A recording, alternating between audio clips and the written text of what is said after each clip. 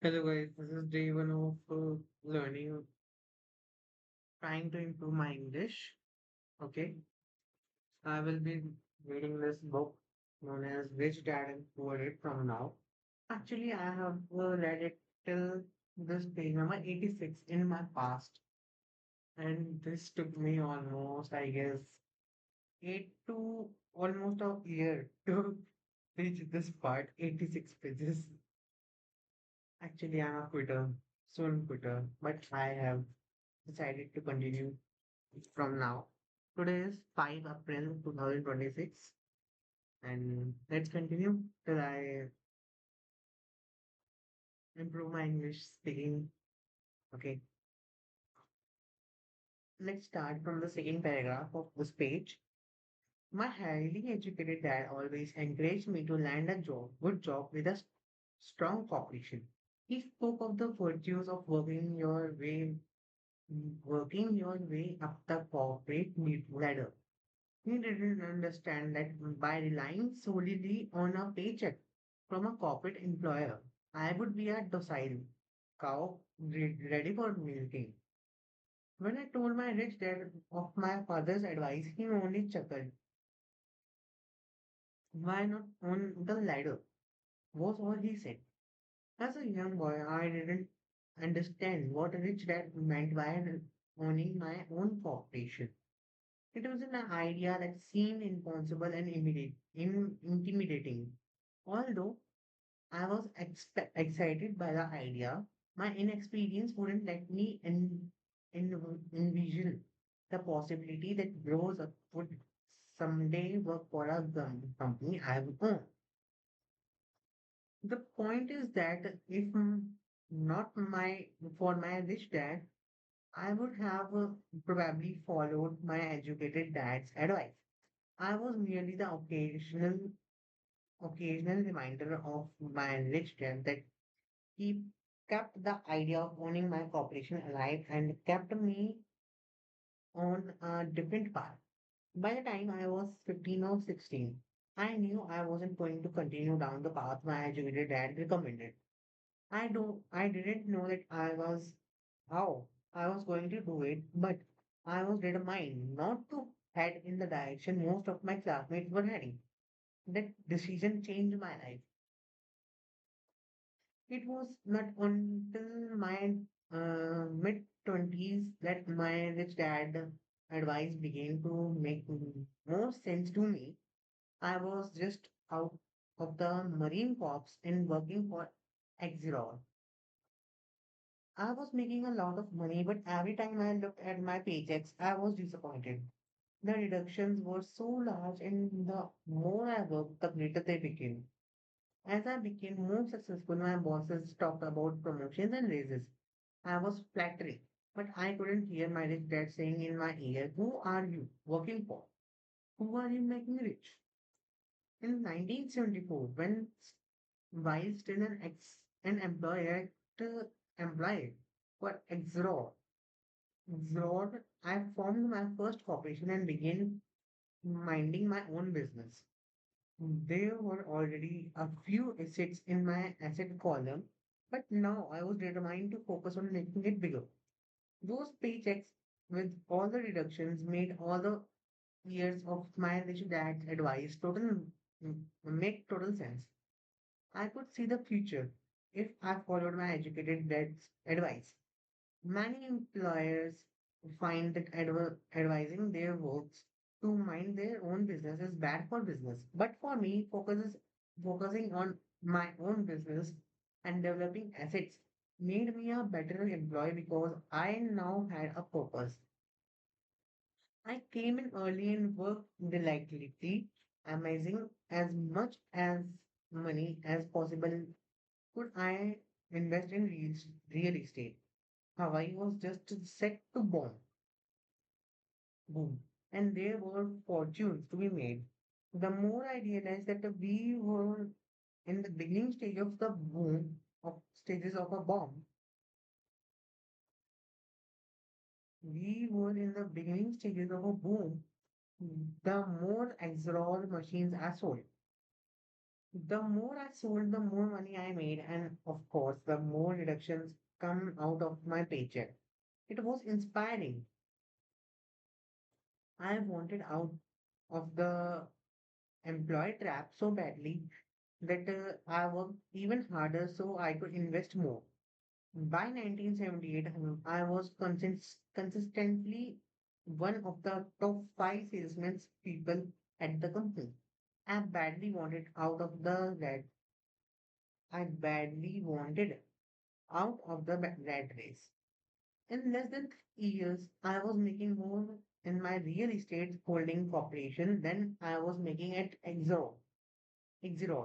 And the money I was making in my asset column in my own corporation was money working for me, not me pounding on doors selling copiers. My rich dad's advice made me such most sense. Soon the cash flow from my properties was so strong that my company bought me my first Porsche. My fellow exhaust salespeople thought I was spending my commission. I wasn't. I was investing my commissions in assets. My money was working hard to make more money. Each dollar in my asset column was a great employee, working hard to make more employees and buy the boss a new Porsche with before tax dollars. I began to work harder for Exor. The plan was working, and my Porsche was the proof.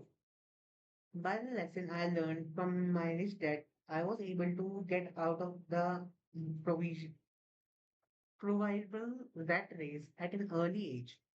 It was made possible because of the strong financial knowledge I had acquired through rich dad's lessons.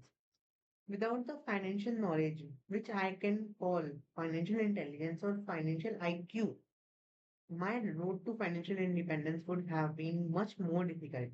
I now teach others in the hope that I may share my knowledge with them. I remind people that financial IQ is made up of four knowledge from four broad areas of expertise. First, accounting. Accounting is financial literacy or the ability to read numbers. This is a vital skill if you want to build an empire. This is an ex, uh, it means it is a really important skill if you want to build an empire. The more money you are responsible for, the more accuracy is required, or the house comes tumbling down. This is the left brain side or the details.